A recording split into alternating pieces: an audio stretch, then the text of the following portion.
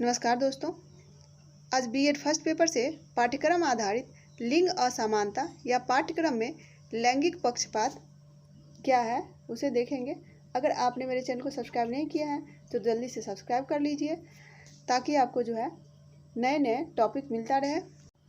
पाठ्यक्रम द्वारा लैंगिक पक्ष किस प्रकार पर प्रभावित होता है तथा यह किस रूप में जो लैंगिक असमानता को बढ़ावा देता है, इसे इस प्रकार से देखते हैं। पाठ्यक्रम के अंतर्गत शैक्षिक विषयों में चयन।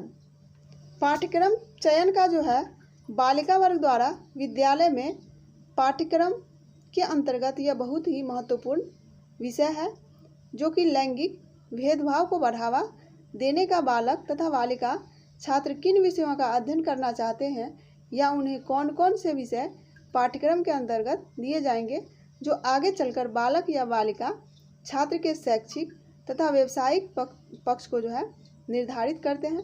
उदाहरण के लिए अगर देखें तो बालिका वर्ग द्वारा कम संख्या में गणितीय तथ्य वैज्ञानिक विषयों का चयन किया जाता है।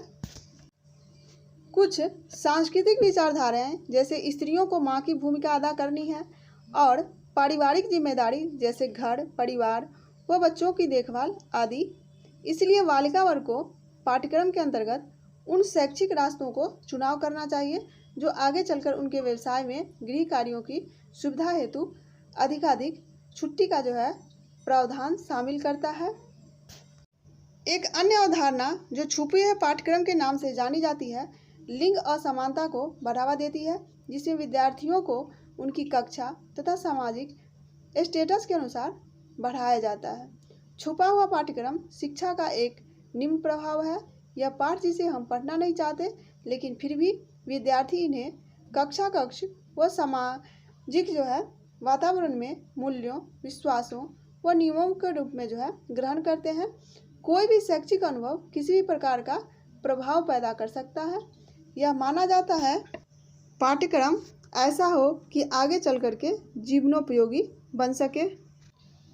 वर्तमान शिक्षा प्रणाली में यह ध्यान देने योग्य बात है कि हमारी अधिकांश पाठ्य पुस्तकों में लिंग आधारित भेदभाव दिखाई देता है।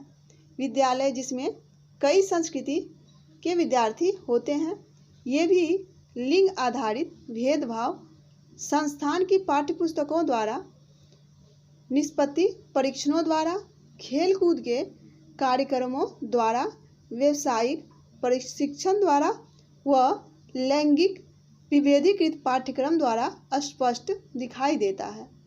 शिक्षक व्यक्तिगत तौर पर तो समाज में व्याप्त लैंगिक भूमिकाओं के सापेक्ष सांस्कृतिक आकांक्षाओं के बोझ तले शिक्षित होते हैं।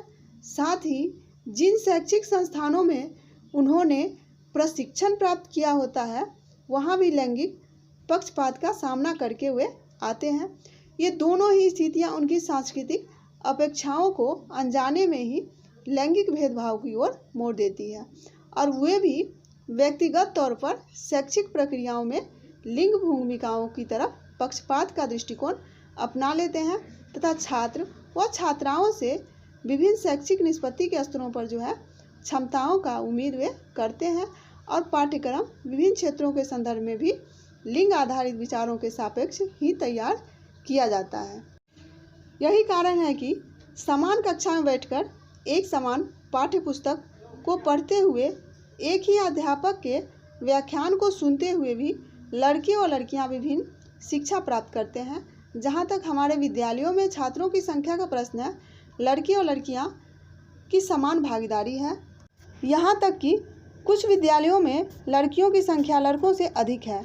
फिर भी इन विद्यालयों में पुरुष सापेक्ष वातावरण दिखाई देता है, जहां बालिकाओं को बालकों की तरह स्वतंत्र अभिव्यक्ति का अधिकार नहीं मिलता है, न ही इनके बराबर शैक्षिक अवसर प्राप्त हो पाते हैं।